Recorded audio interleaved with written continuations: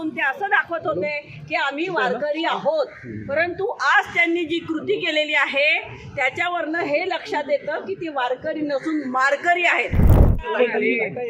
गुंडा साथीदार होते, त्यांनी आज दाखवून दिलेलं आहे की आम्ही वारकरी नाही आहोत. आतापर्यंत ते महाराष्ट्राच्या जनतेची फसवणूक करत होते, आतापर्यंत महाराष्ट्राच्या जनतेची फसवणूक करत होते.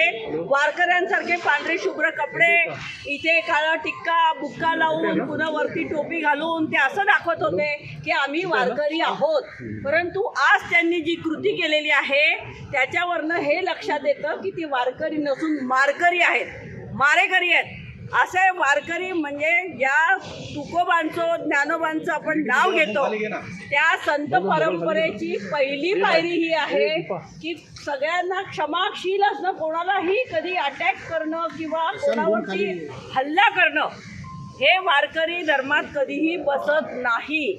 हे स्वतःला जे वारकरी म्हणतायत ते मनुवादी आहेत आणि त्यांनी जो भ्याड हल्ला केलाय म्हणजे विकास लवांडे हे आळंदीवरनं सकाळी कीर्तन त्यांचं एक कार्यक्रमामध्ये गेलेले असताना ते पुण्याकडे परतत असताना त्यांची गाडी अडवण्यात आली, त्यांना गाडीतनं बाहेर उतरवण्यात आलं, त्यांना कुठलं ते स्मशान होतं तिथे नेण्यात आलं आणि त्यांना सांगितलं आम्हाला तुमच्याशी बोलायचं आहे तर तुम्ही बोला, परंतु बोलून चर्चेने प्रश्न सुटतात हे त्यांना माहिती नाही. म्हणून त्यांनी मोठ्या मोठ्या रॉकेलच्या बाटल्या असतात तशा 3-4 बाटल्या काळी शाई आणली आणि त्यांच्या अंगावर ओतलं.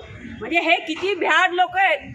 एकटा माणूस गाठून जर तुम्ही अशा प्रकारे करत असाल तर तुम्ही वारकरी नाही, कुठलेही वारकऱ्यांचे संस्कार तुमच्यावरती नाही आहेत.